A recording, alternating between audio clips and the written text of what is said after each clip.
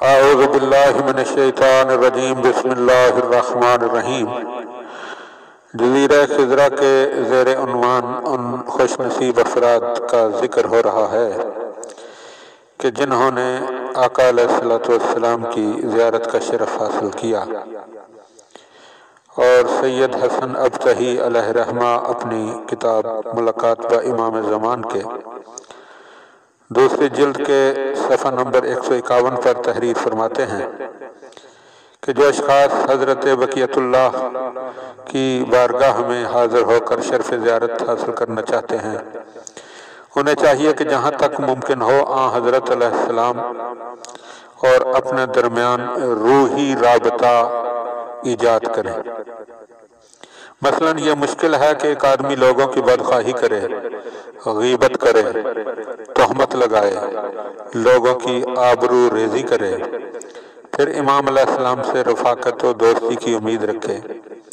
وہ آقا جو ستار العیوب، خدا کا مظہر، غفار الذنوب کا آئینہ، خدا کا منتخب نمائندہ، یوں دعاؤں میں اسے خطاب کرتے ہیں: یا من اظہر الجمیل و ستر القبیح، اے وہ ذات جو انسانوں کی خوبیوں کو ظاہر کرتی ہے اور برائیوں کو پوشیدہ کرتی ہے۔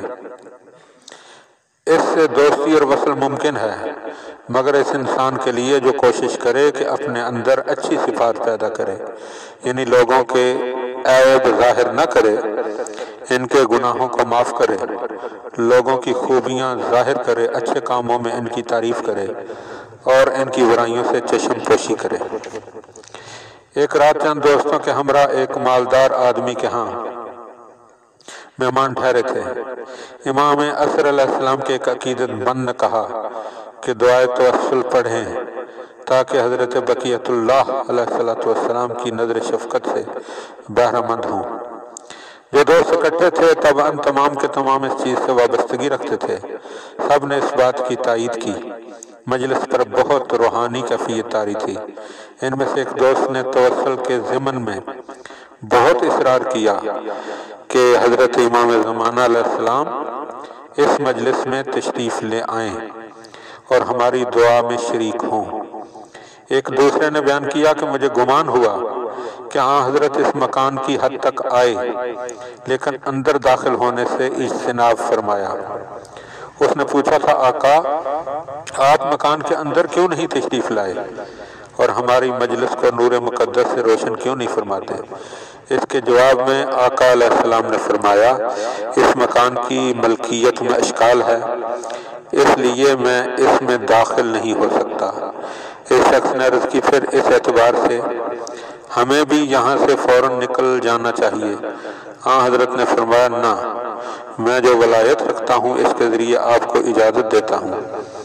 جب تک آپ کے رہنے کا مقصد تھا آپ یہاں ٹھہریں اور مالک کے مکان کی آبرو ریزی نہ کریں۔ اور آپ کو واقعہ بھی بتاؤں گا، آپ اپنے بعض رفقا کو بتا سکتے ہیں، اور یہ صرف اس لیے کہ آپ صاحب منزل کو یاد دلائیں تاکہ وہ اپنے مکان کی اصلاح کرے اور آپ اپنی طرف سے اس پر حجت تمام کریں۔ شاید اس نے غفلت سے کام لیا ہو۔ اس واقعے سے ظاہر ہوتا ہے کہ حضرت ایک مرد مومن جو حب دنیا یا غفلت کی وجہ سے غصبی مکان میں بیٹھا ہے، اس کی بھی بے عزتی نہیں کرنا چاہتے۔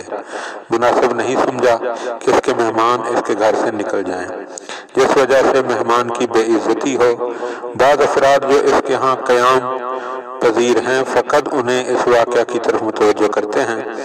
اس سے معلوم ہوا کہ اگر کسی کو یا کئی افراد کو واقعہ بیان کیا گیا ہے تو وہ صرف اس لیے کہ صاحب مکان کو گناہ سے آگاہ کیا جائے یا غفلت سے بیدار کیا جائے۔ اس بنا پر حضرت ولی عصر علیہ السلام کے دوستوں کو کوشش کرنی چاہیے کہ جہاں تک ممکن ہو صفات الہی کے مظہر بنے، یعنی ستار العیوب، غفار الذنوب بنے۔